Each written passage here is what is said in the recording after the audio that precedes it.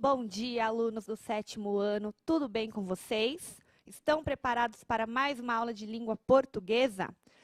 A nossa aula de hoje, o título dela é A Informação e o Leitor, ok? O tema da aula de hoje na tela, por favor, reportagem e carta de leitor. A habilidade que será trabalhada é fazer uso consciente e reflexivo da norma padrão em situações de fala e escrita em textos de diferentes gêneros, levando em consideração o contexto, a situação de produção e as características do gênero. Quem dará a nossa aula de hoje é a professora Andréia. Bem-vinda, Andréia, e bom dia. Bom dia, pessoal. Bom dia, alunos, professores. Vamos aos objetivos da aula. Retomar a importância dos gêneros textuais do campo jornalístico na formação de leitores, tendo em destaque a reportagem e a carta do leitor. Compreender a língua como um fenômeno que varia de acordo com os interlocutores e o contexto de produção. E reconhecer a importância do uso consciente e reflexivo da norma padrão sob a perspectiva de gêneros textuais, ok?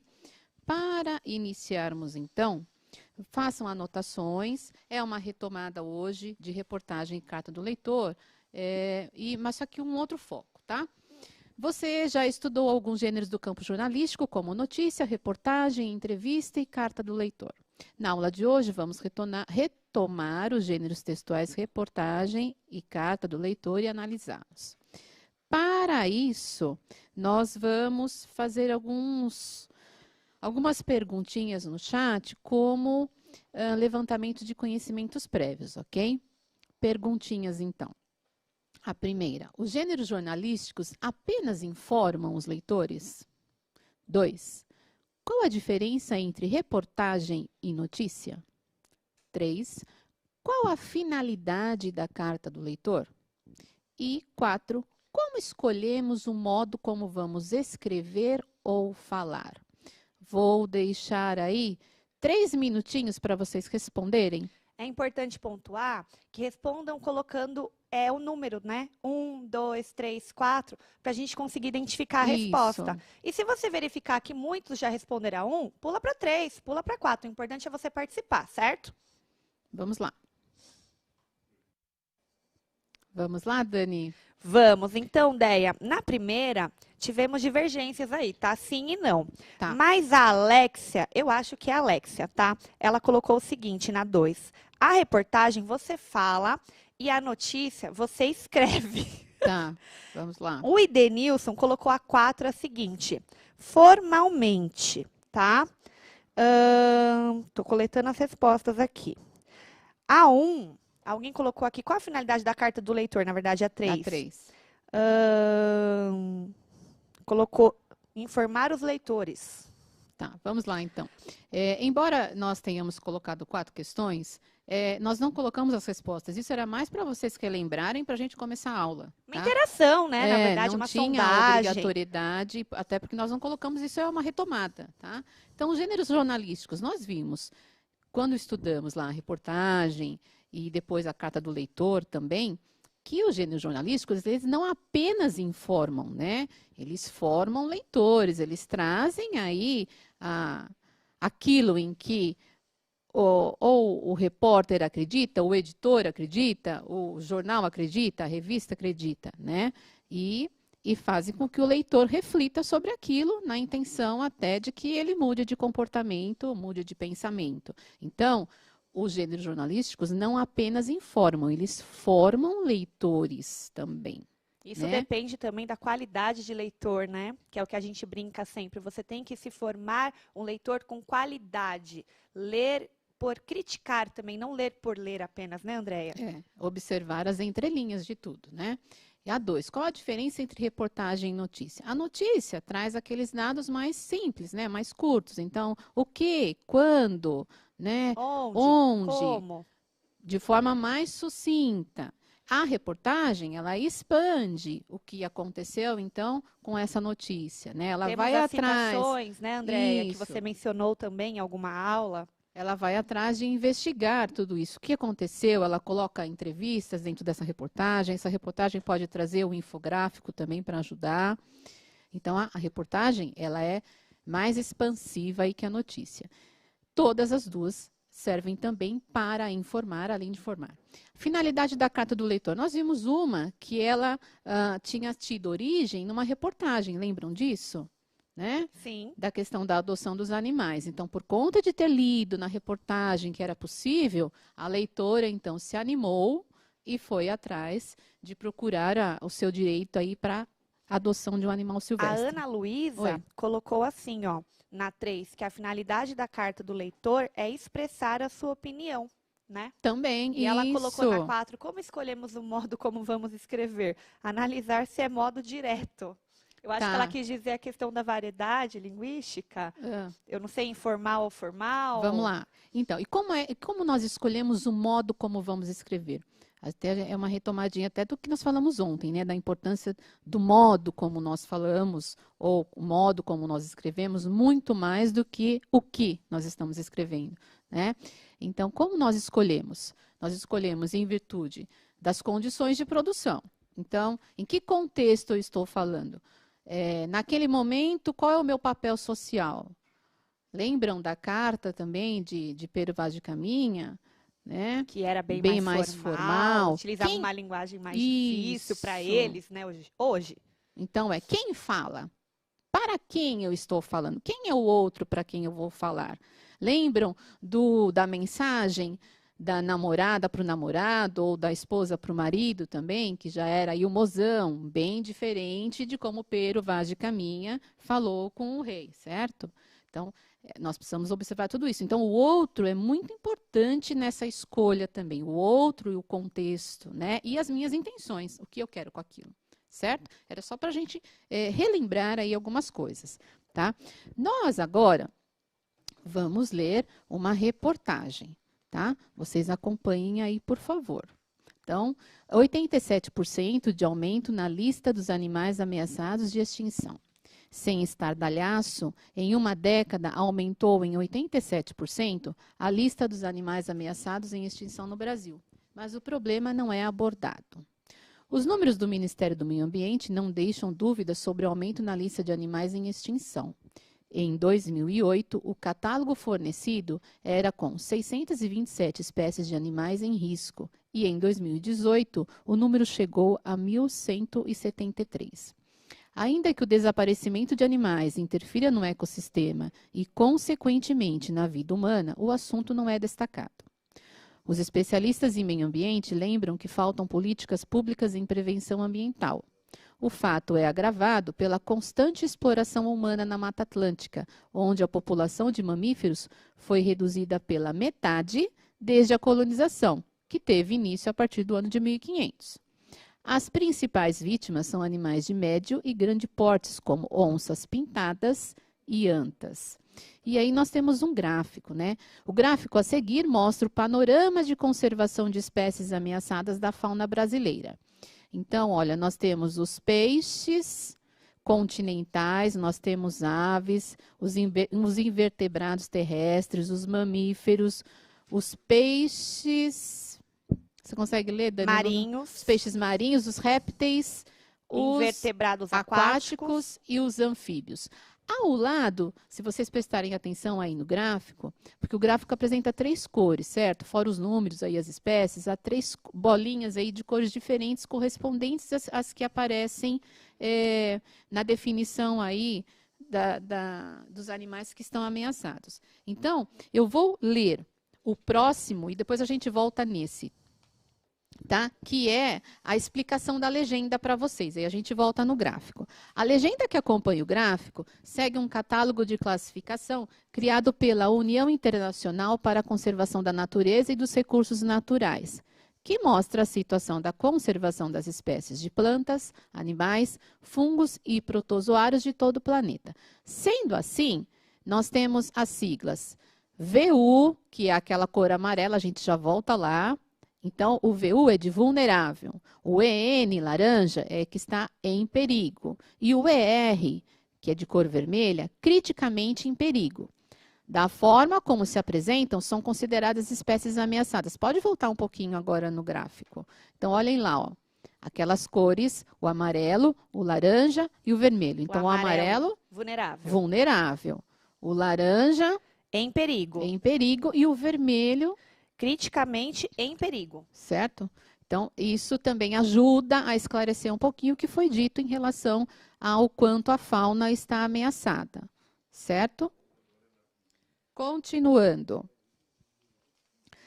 Nós vamos agora para algumas questões. Vamos fazer assim. São 4 questões, vocês vão responder as 2 primeiras.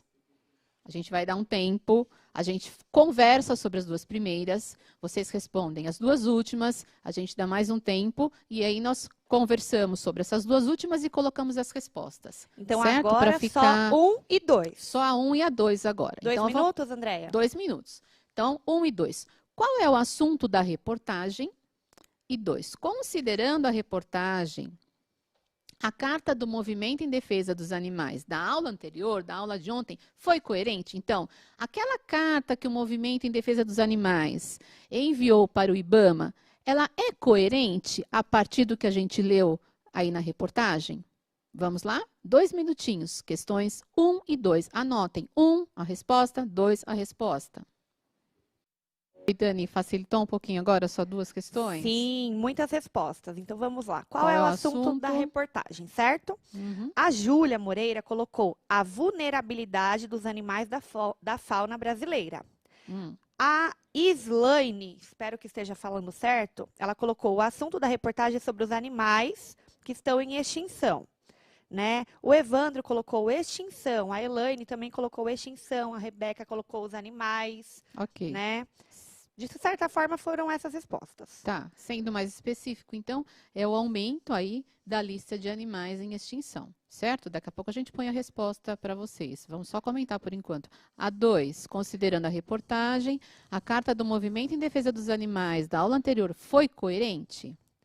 A maioria respondeu sim, coerente. Mas sim, coerente por quê, né? É o que a gente queria saber, né, Andréia? Eu estou tentando ver. Sim, aí eles podem até responder, mas não estava perguntando por quê. Alguém colocou assim, ó, Andréia, Pablo, tá? Reportagem é uma entrevista e notícia é algo que aconteceu. Na 2, na verdade, acho que ele estava respondendo até a anterior, outra, né? Tá. Então, vamos lá. Pensando na carta do movimento, o que o movimento queria? Que a questão da adoção fosse parada, né? Que aqueles estabelecimentos credenciados para se fazer essa adoção também não existissem mais, que isso não fosse autorizado, que o IBAMA deveria ser mais rígido na aplicação da lei, né?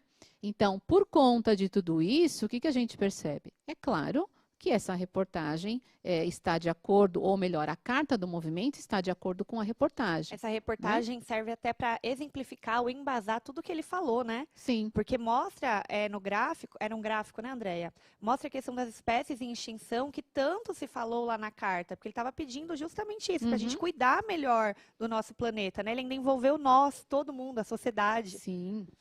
Muito bem. Vamos para as 2 últimas agora, dessa parte da atividade, e aí depois a gente coloca todas as respostas. Então, na terceira, nós podemos excluir a possibilidade de o texto 1, que é esse que nós lemos agora, ser uma fake news? Por quê? Justifique, hein, gente, por favor. E a 4, qual foi a linguagem utilizada pela reportagem? Foi a linguagem verbal, a linguagem não verbal ou a linguagem mista, ou então chamada de multimodal? São só essas 2 questões, mais 2 minutinhos, ok? Dani? Vamos lá. A 3, temos a Ana Carolina, que respondeu o seguinte: não, porque a fake news é uma coisa mentirosa na internet. Aí, antes de eu passar para em diante, a Sofia colocou assim, verbal, fala meu nome, por favor. Pronto, Sofia. Falei seu nome. Aí, deixa eu ver as outras respostas. Alguns colocaram só na 3, sim. Pode me trazer mais fakes. Não entendi muito bem. A Mariane colocou sim, porque ela mostra as notícias, o que é real e o que é fake. E a maioria na 4 colocou linguagem verbal, Andréia.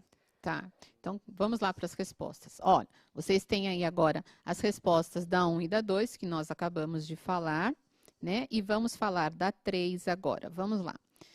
Por que a gente pode excluir, então, a possibilidade do texto 1 ser uma fake news? Primeiro, porque ele trouxe uma fonte do Ministério do Meio Ambiente, né? A fonte do gráfico é do Ministério do Meio Ambiente. Então, aí é um indicativo de que não seja uma fake news, certo? Porque se a pessoa... qualquer um poderia ter construído um gráfico, né? E colocado numa pseudo-reportagem aí, né? Mas aqui a gente tem o link. Se você vai buscar, você vê lá. Então, não é uma fake news, tá? Então, a gente precisa prestar atenção também nas fontes, né? Uma fonte segura não vai trazer uma fake news, certo? E a 4, qual foi a linguagem utilizada pela reportagem? Foi a linguagem mista, multimodal. Por quê? Porque eu tinha a parte verbal e depois eu tinha um gráfico. Eles né? esqueceram do gráfico, eu acho. O gráfico fazia parte da reportagem, tá? Então, um complementa o outro aí. Então, mista ou multimodal significa que eu tinha verbal e a não verbal. Nós vamos agora ler uma carta de leitor, ok? Vamos lá. Para a revista Tudo em Cima. Estou escrevendo para vocês porque não sei mais o que fazer e nem onde reclamar. Levar o meu miguelim, o meu macaquinho que parece um leãozinho. Falaram para mim que era perigoso ficar com o bichinho, porque, na verdade, era o mico-leão dourado, um macaquinho que está acabando nas matas, que é crime caçar ele. Mas eu juro, não fui eu que peguei ele da mata. Eu tinha ido caçar com o meu estilingue. Eu fazia isso antes de ter o miguelim. E vi ele num galho de árvore e me olhou de um jeito que não tive coragem de fazer nada. Peguei ele lá em cima, me deixou chegar perto dele, porque estava machucado. Cuidei dele. No fim, ele acabou gostando de mim e eu dele. A gente ficou inseparável, o tempo todo grudado um no outro. Próximo. Um minutinho só, Andréia. Pode fechar o chat, por favor? Porque assim eles focam na leitura. Vamos lá. Tá faltando outro slide. Desculpa. E agora tiraram o miguelim de mim. O vizinho disse que não foi a polícia que protege os bichos da mata. Numa hora que não tinha ninguém em casa, entraram e levaram o meu bichinho. E o que vai ser de mim? Então eu peço a ajuda de vocês para ajudar a encontrar o meu amiguinho. Obrigado, Zé Augusto. Bom, nós temos uma carta aí com uma linguagem agora bem diferente, né? Com uma escolha de palavras bem diferente do que nós já vimos nas outras. Então, traçando uma comparação de textos agora, vocês vão pensar naquela carta de reivindicação de ontem, ok? E nessa carta do leitor de hoje. Então, vamos lá. Pensando na carta de ontem, de reivindicação, e na carta do leitor. Vocês vão responder, vão ter aí 1 minutinho, tá? Porque é Coloca rapidinho alternativa, isso. né? Que é mais fácil. É de Não, alternativa? não, para A tem 2 respostas, para B, 2 minutos, tá? entendi. 2 minutos, então é ó. melhor, para Para dar A tem tempo. 2 respostas, para B 2 respostas, para C 2 respostas, D 2 respostas e E 2 respostas, certo? Então eu quero saber quem eram os destinatários, os proponentes ou remetentes, o assunto, o público e a linguagem. De uma forma bem sucinta, pessoal. E aquela Coloquem... dica, né, Andréia? Muitos responderam A e a B e a C? Responde a D e a E. Isso, bem sucintamente. Vamos lá, 2 minutos. Dani? Vamos lá. Então, seguinte. Vamos tentar fazer primeira de reivindicação, para ver se a gente consegue fazer É que todos. eles misturaram Não tem bem problema. as respostas. Vai então, falando assim, para mim. Alguém colocou aqui Destinatário da carta de reivindicação. Vamos lá. IBGE. Tô tentando... IBAMA, desculpa. Cauane Isso. colocou IBAMA. IBAMA, certinho. E a Maria Eduarda colocou IBGE. A professora Confundiu, Denise, né? manda beijo para a professora Denise, está dizendo que a aula é excelente. Muito obrigada, professora Obrigada, Denise. professora. A B, deixa eu ver quem colocou a B. O proponente. Quem manda? Mas quem é que manda? O proponente é quem manda, mas quem Então, que lembrando, manda? a gente acabou de falar também no exercício anterior. O destinatário é o IBAMA, mas o proponente era o movimento Matheus em defesa dos colocou animais. Zé Augusto Tá, na B. tá. Carta do leitor é o Zé Augusto. Mas vamos fazer primeiro a de reivindicação. Então, destinatário o IBAMA, o proponente o movimento de proteção aos animais. Qual era o assunto? A C, eles colocaram animais silvestres. Tá, vamos deixar assim, depois a gente põe a resposta. E depois colocou macaquinho na outra. Tá, e o público? Público, não responderam muito a D, ideia. A deles não colocaram público, mas quem... Tudo bem, vamos para E. público. E a gente coloca as respostas, a gente vai comentando. Aí o Pedro Marcel colocou formal. A primeira, A Stephanie isso. colocou mista. Hum. E é isso. Então, vamos lá. Coloca no próximo slide pra gente. Então, vamos lá. Ó. Eu separei por barra, tá, pessoal? Então, destinatário da carta de reivindicação, o IBAMA. Destinatário da carta do leitor, revista Tudo em Cima. Proponente da carta de reivindicação, a gente tinha proponente, não tinha remetente, nós falamos isso ontem, né? Que está propondo alguma coisa. Movimento em defesa dos animais silvestres. E o remetente da carta do leitor, o Zé Augusto. Assunto da carta de reivindicação eram os crimes ambientais. E o assunto da carta do leitor é um pedido de ajuda, na verdade, tem um R a mais aí, um pedido de ajuda para recuperar seu macaquinho, ok? Letra D. Quem é o público da carta de reivindicação? Os brasileiros, né? Também, certo? E os leitores da revista Tudo em Cima para a carta do leitor. A linguagem da primeira carta, aquela para o IBAMA, para o diretor, né? Formal. E a linguagem da carta do leitor, informal. Reivindicação formal, leitor informal, certo? Temos mais perguntinhas agora, vamos lá? Segunda questão. Selecione na carta de leitor palavras, expressões e construções que exemplificam o gênero informal da linguagem. Coloquem aquilo que vocês lembrarem, tá? Vocês estão sem o texto. Coloquem as palavrinhas que vocês lembrarem, que exemplificam, então, essa questão do registro informal. E eram várias, né, as palavrinhas ou expressões. Lembrando que a carta do leitor foi essa que a Andréia Acabei acabou de ler, tá? Aquela que o Zé Augusto é o autor. Isso. Essa forma de escrever, a forma com que o Zé Augusto escreveu, ela é natural em situações do dia a dia? E a 4. Ao escrever dessa forma, podemos ser julgados como pessoas que não sabem escrever direito? Então, tudo ligado. Pega umas palavrinhas lá da carta do leitor, verifica se essa forma é uma forma do dia a dia, a gente pode utilizar isso em situações do dia a dia. E já pensem, se a gente escreve assim, a gente pode ser julgado como alguém que não sabe escrever corretamente? Vamos lá? 2 minutinhos. Voltamos, Dani. Vamos lá, então. O Ricardo colocou para 2, vocês, com IS, tá? Tá. Para 3, ele colocou não. E a 4, ele respondeu sim.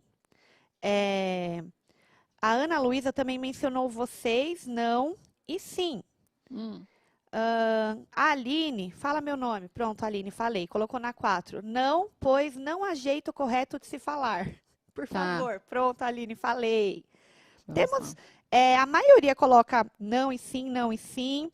Agora, eles não lembram muito das palavras. Nossa, gente, vocês usam tanto, hein, essas palavrinhas.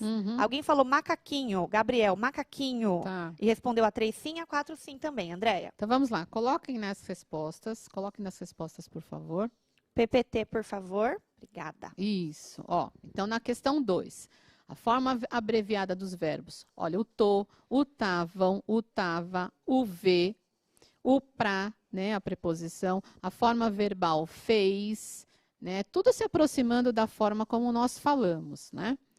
O uso do pronome pessoal do caso reto após o verbo, né? É crime caçar ele, né? Vi ele, peguei ele. O uso da expressão agente, comum para oralidade, mas na escrita precisamos preferir o nós, ok? Essa forma de escrever é natural em situações do dia a dia? Ela faz parte, sim, de situações do dia a dia, né? De situações informais, em que não há preocupação com as normas gramaticais. Então, essa é a linguagem coloquial, ok? E a 4. Ao escrever dessa forma, podemos ser julgados como pessoas que não sabem escrever direito? Isso é muito importante, né? Que a gente se atente. Até uma aluninha colocou que não existe forma correta de escrever, né? De falar ou escrever. Então, vamos lá, ó. É muito importante que fiquemos atentos às situações de comunicação e assim possamos adequar o modo de falar e de escrever de acordo com as condições de produção. Então, quem fala, para quê e onde. Precisamos estar cientes dos papéis sociais, dos interlocutores e considerar as variações da língua. Então, eu estou considerando as variações da língua, mas nós precisamos tomar cuidado, né? De novo, com os papéis que nós exercemos, né? Para que a gente não passe por isso, né? Por exemplo, na aula de língua portuguesa, na hora da prova, se você cometer lá os deslizes, a professora vai acabar te corrigindo, que é o nosso papel. Então, precisa tomar cuidado com isso, né?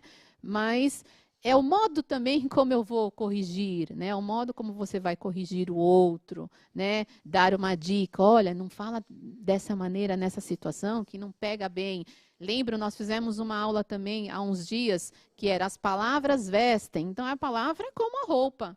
Sim, né? exatamente. Para cada situação, você utiliza um tipo de roupa diferente. Vamos prestar atenção nisso, hein?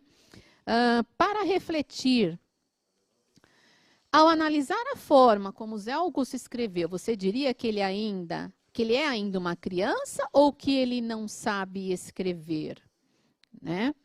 É para refletir, né? Eu coloquei isso para refletir, porque possivelmente alguns, ou talvez a maioria, hein, dirão que ele não sabe escrever. Agora, nós temos algumas hipóteses aí. A revista pode ter publicado a carta da forma como ele escreveu, para que emocionasse quem fosse ler, certo? Essa pode ser uma intenção. Sim, dependendo talvez da idade, de onde ele mora, Sim. né, Andréia? Ou a forma que ele escreveu para comover, mesmo se aproximando do leitor, né? Macaquinho, jeitinho, até algumas palavras no diminutivo. Sim, isso demonstra a linguagem da criança, Sim. né? De usar tudo no inho. Inclusive, quando a gente usa Achar alguma fofinho. coisa, a gente usa alguma coisa no inho aqui, a gente vê que vocês reclamam depois, pensa que a gente é criança. Mas a gente não faz isso pensando nisso, a gente faz isso com carinho, tá? É diferente. Então, vamos lá. Pensem aí nisso tudo. Volta só um pouquinho no anterior. Vai ficar outro ainda. Não tinha isso, cuidado com o preconceito linguístico. Depois vocês leiam, voltem o vídeo, tá? Assistam novamente. Vamos lá, rapidinho. Para cá já. Para a proposta. Procurem saber quem é o tal Miguelin, que é feita a referência a ele, ok? Que é de um conto, Campo Geral, do escritor Guimarães Rosa. Peçam ajuda para o prof de vocês, ok? Vamos terminar por aqui. Vai falar da hashtag? Hashtag eu no CMSP, para vocês compartilharem aí o que vocês acharam, as atividades de vocês, ok? O que vocês têm feito, né? Todas as atividades, desde a primeira lá até aqui, compartilha com a gente, tá bom, pessoal? E é isso, né, Deia? Beijo. Beijo, muito obrigada. Boa aula aí.